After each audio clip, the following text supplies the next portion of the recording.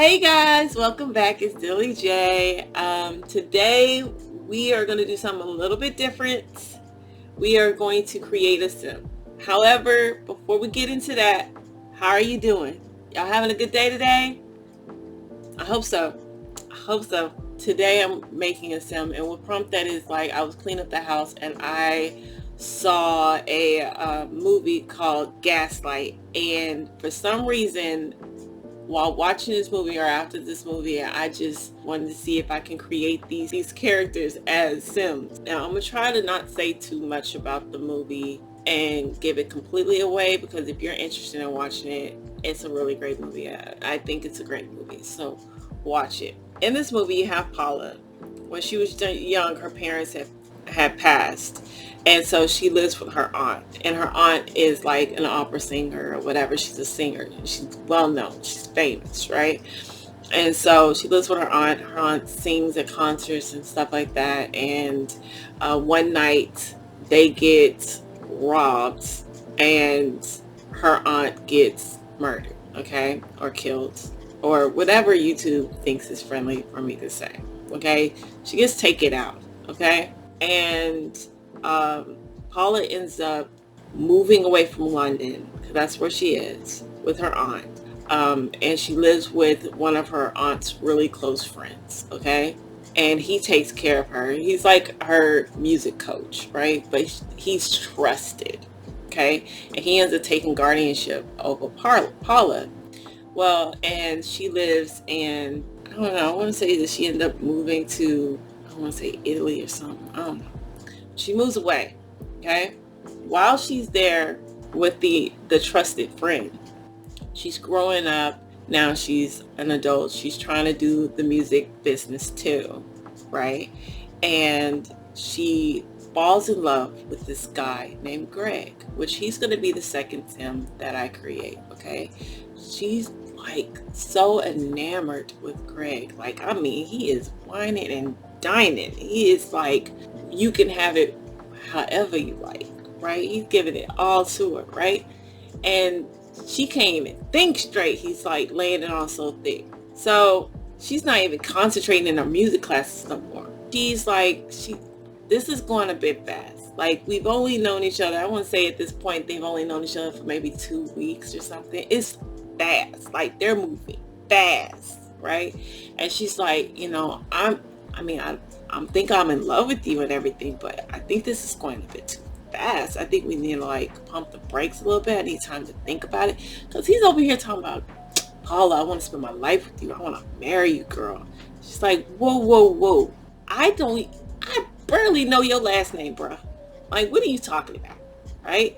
She's like, let me sleep on it. Let me think about this. Like, I just need some space so I can breathe. I need to come up for some air. You're taking me fast, right? So she's like, I'm going to go on holiday. And he's like, who you going with? She's like, I'm not going with nobody. I'm going by myself. I just need some time to just chill and just think and just be by myself for a minute. I'm like, Paula, don't go. I love you. I can't stand to be a minute without you. Don't go. And then eventually he says, all right. She's like, it's just a week, bro. Like, it's just a week. He's like, fine, Paula, you can go. Right? Fine, understand. I can wait a week. What's a week for the rest of our lives, right? So Paula goes on her vacation, right? Now, while she's on the train going to Timbuktu, wherever, I forgot where the vacation was, okay? But while she's on the train going to where she is, to Cabo or whatever, right? She's going on vacation. All right, so while she's on the train, she meets this old lady, and her and this old lady start talking, right? And this old lady's talking about the book that she's reading and how it's full of murder and mystery and all this stuff. She's talking about all the things that's happening and stuff, and she's like, oh my goodness. She's like, girl, it's good. Like, this book is a trip. She's like, honestly, it reminds me of like something that happened where I live. She's like, I'm from London, and like when I was living in London, there was this robbery that took place in the block, and like this woman got like murdered and stuff. Like, it was crazy, and nobody found out who did it. It was wild. Now Paula's over here listening to this, and she's getting stirred up, because this is her that the lady's talking about. This is her trauma, right? And this is a lot, right? So Paula's trying to play coy and she's trying to like switch subjects or whatever. She's like, this is a lot. They're approaching the stop. She's like, you know what? This is where I get off. And she's like, oh, okay. So you're not, she's like, you know, be safe because you out here by yourself, because they had a whole conversation about that, right? So Paula gets ready to get off the train. She's all like flustered and stuff by the conversation they were having, because it's bringing back old memories that she don't want to have. When Paula gets ready to get off the train, someone like grabs her from behind. She's freaking out like, who is this? Guess who it is? It's our boy Gregory. Gregory is here.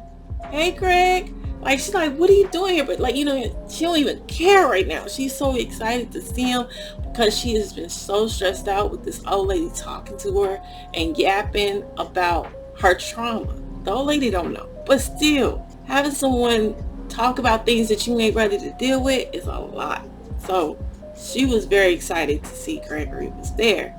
Now, Gregory, what your punk self doing all the way over here? You weren't supposed to be here. Well, I couldn't live without you. I just couldn't stand to be another moment without you, girl. I had to be here with you. So they spend the vacation together and they're married. I know, right? Right? When did that happen? Where they doing that at? Where they doing that at? She had such a great time that she married Gregory, right?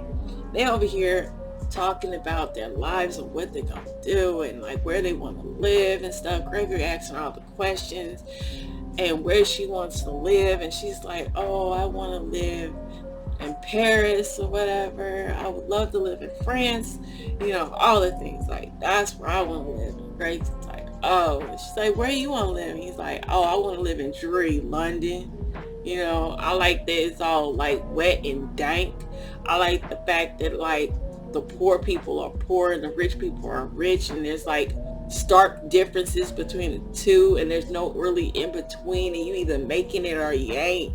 And I was like, that's some busted way to look at it. But you know, she's like, oh, well, it just so happened that my aunt left me a house in London. I do have a spot around the place that you want to live in, so I guess we could live there. He's like, you know, I don't want to take you too fast. Like, if you ain't ready to go back to London, I understand. We ain't gotta go. We can always move to France.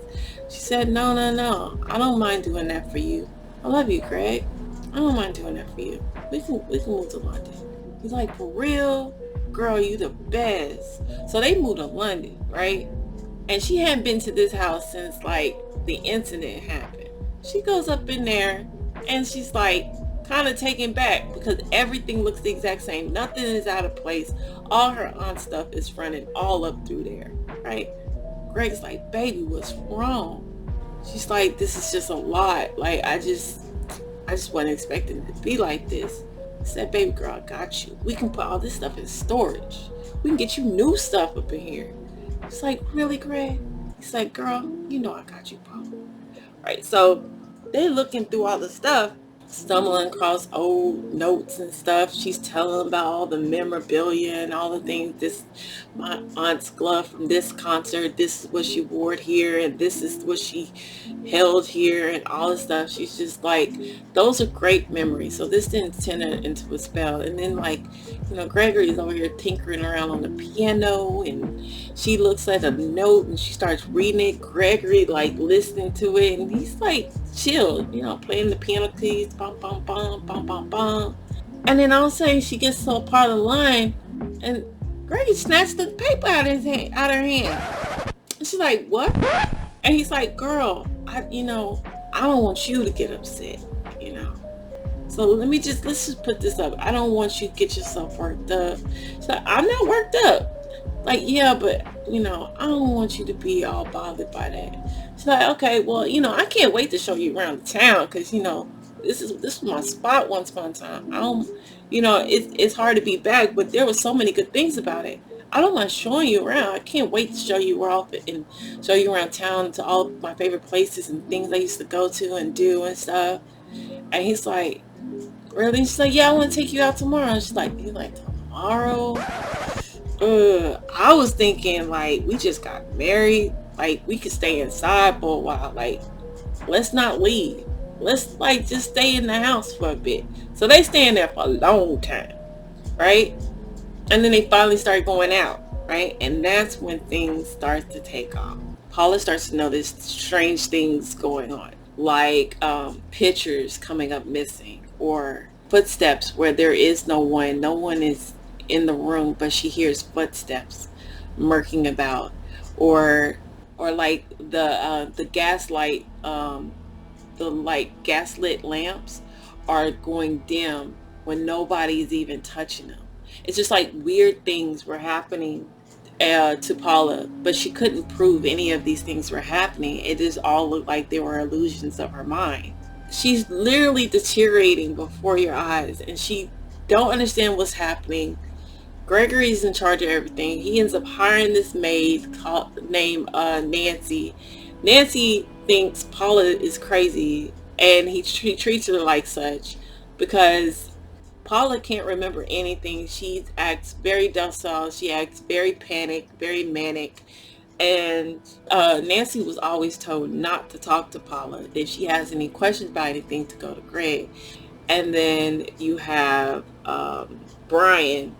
Brian is like this detective guy, and he knows the aunt, and he's familiar with the case. However, he feels like the situation is very odd, and his aunt is the lady from the train. So the aunt is nosy, you know, the little old nosy ladies.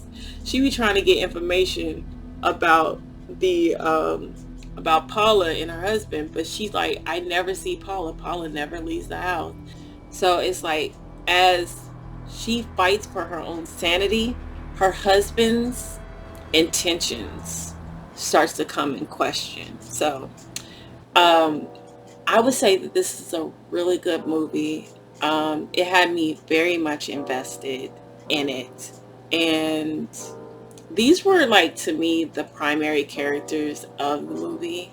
I do hope that you like the Sims that I created, and if you are interested in a movie like this, I would say go ahead and give it a watch. It is a thrilling good time. The ending was kind of wonky, okay? But all in all, I enjoyed the movie. It is an oldie but a goodie, okay?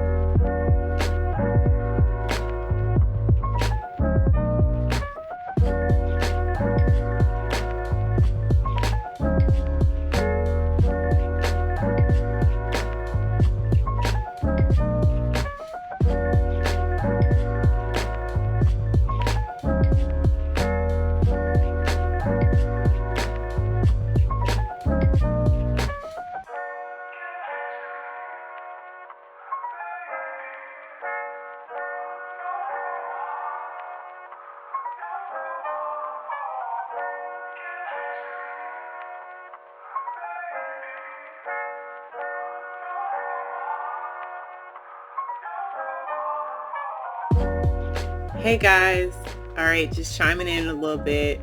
Let's get into these Sims. Now, I'm really proud of what I've done with these Sims so far.